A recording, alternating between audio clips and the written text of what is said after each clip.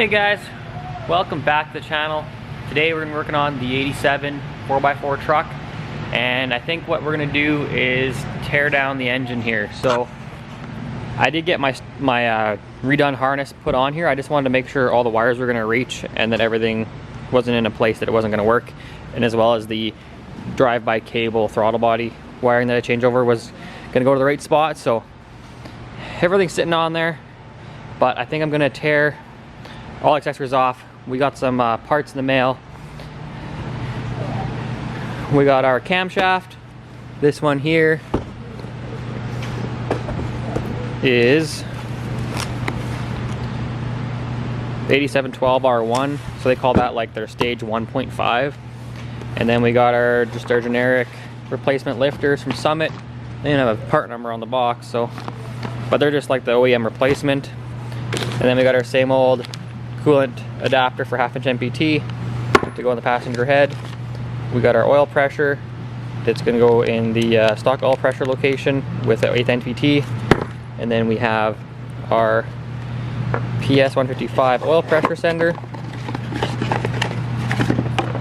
So that's it there. I ordered an 8th NPT one because the one on the truck is actually like 3/8 or something, and that's just a one wire deal. That was what was on the truck, so that will thread into here.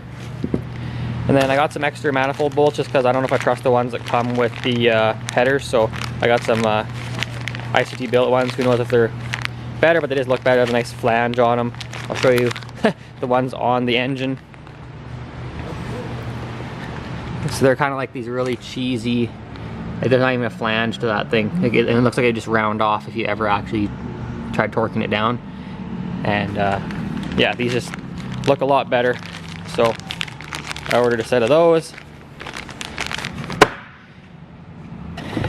And that's all that was basically in that package. Alrighty, well, we got a bunch of accessories off here. I'm about to pull the valve covers. And on these LS engines, it's pretty easy to tell if someone actually took care of their motor, changed oil, just by taking the valve covers off. And you can basically tell how much crud you're going to see in the oil pan just by seeing how much is burnt on up top here. So let's get these valve covers off and take a peek. I think this thing had like 330,000 kilometers on it.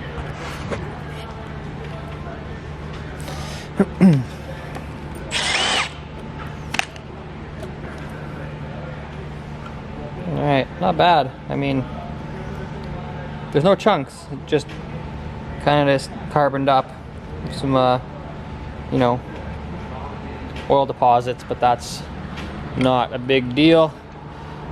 And with these LSs, one side is always cleaner than the other just because the way the PCV system is routed on them. Yeah, see, the passenger side's always cleaner. As you guys can tell, it's not as carboned up. So I don't know if one side just gets hotter than the other because the way the PCV system circulates through the motor, and it pulls more on this side than it does on the driver's side. But you can tell, so looking at even the rocker plate there, how it's just pretty much factory color.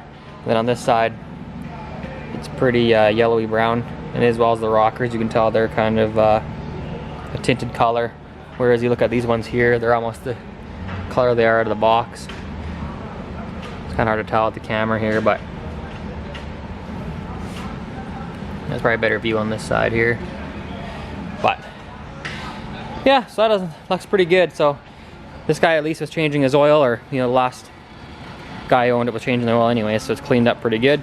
So we're gonna have to clean these valve covers up. They're pretty nasty. Oh, that's not gonna stay put. But I'm gonna get the oil pan off it, damper, front cover, camshaft. We'll get a lot of stuff out of here, but I'm not gonna film a lot of it this time. I mean, if you guys want to see me take one apart, you can check out the video that was on this truck. That's the 86 LS swap 2-wheel drive. And that one there, I pretty much filmed the whole taking or disassembly or whatever. So I'm gonna take this apart and we're back. Well, I got the oil pan off of her. It's actually pretty clean. There's actually not that much gunk in this at all. Just your normal buildup of carbon and dirty oil, basically. Oh yeah, I forgot to tell you, the O-ring here actually isn't bad. It's actually still pliable and doing its job. So but we're gonna replace that anyway. Another issue we got on this one is we got this oil dipstick tube it was basically rusted and it snapped right off, so I'm gonna have to tap that out of there, or break it off and drill it out or whatever and get that out of there.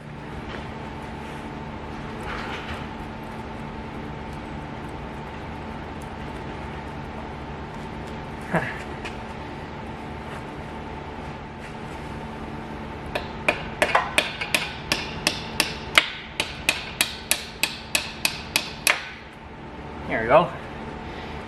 Got her out. A little rusty. Just gave her some taps to the old ham bone there. Good to go. Well, I got the engine all painted black here back together. So the cam's in there, new lifters. We got new front cover gasket, new front seal, new water pump gaskets, new rear cover seal, and then a rear main seal on it. And then got the lifters and trays in. I did put the flex plate back on as well, blue Loctite on those bolts. And right now I'm just working on cleaning the cylinder heads. And this is what it looks like after if you use oven cleaner. I don't know if you guys have ever heard that method before, but lots of guys say doing it online, and I did do it a long time ago on the very first engine that I rebuilt. I used the oven cleaner method and it worked pretty good. And then it kind of seemed a bit ghetto, so I stopped doing it. But I kind of want to get this engine back together and it works really good. So I'm going to do this one here. As you guys can see, this is kind of like what it looks like before the oven cleaner.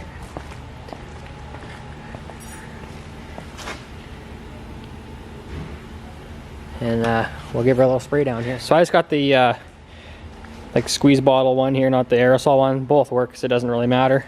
It's the same stuff. So all I really do is I just kind of coat inside the exhaust ports because there's lots of carbon buildup in there. And then kind of just give it a liberal coating inside and out. As you can see, even just wow, that stuff's intense. Using a well ventilated room, boys. But even just like spraying it, you can see the carbon deposits coming off. So I let it sit on there for about 10 minutes or so. And then I kind of just give her a bit of a scrub with I got one of these little wire brushes. And then give her a rinse down. Make sure you get it all off because it is corrosive to aluminum. So yeah, just in your thicker, gunkier areas, kind of just give it a little massage. Definitely want to wear gloves with this shit. And I didn't have them on before because I was trying to operate the camera, but you definitely want gloves on. So I just gave her a little once over scrub down here. So once you give it a scrub down, it'll basically look like a big blob of black shit. Let's give her a little spray down here.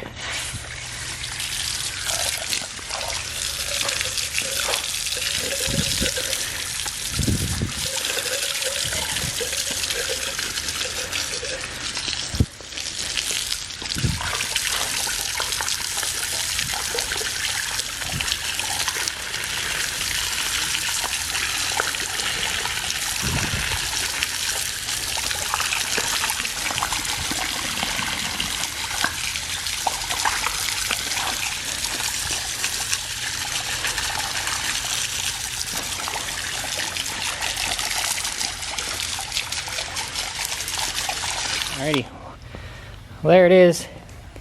I mean, if you want to get crazy, you could probably do another coat of it and you can get it super, super clean, but you can see it actually even got all of the carbon out of the exhaust ports. Like they're clean aluminum now. So, but we just want to get all the shit off of them. And then, give it a little scrub maybe. We're not trying to make it perfect here. Like I said, if you do those extra coats, you probably could get it pretty sparkling. Well, there's the heads. Just drying them off here. But a little bit of oven cleaner, it's not too bad.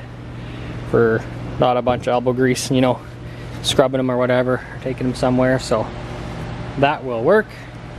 We'll get those. Well, I gotta get broken stud here, broken stud here, broken stud there, broken stud. The outsides are the most common, clearly. On these ones, it seems like it just likes to pop the heads of them off. So we'll get those taken care of, and then we can put them back on here. So removing some broken off studs. I already did the one over here. So basically the same technique. Just gonna build that up with some filler rod, and I'm just using the 308, I think is what this stuff is. And then yeah, so build a little nub on that, then I'll throw my nut over top and I'll pull that right out of there.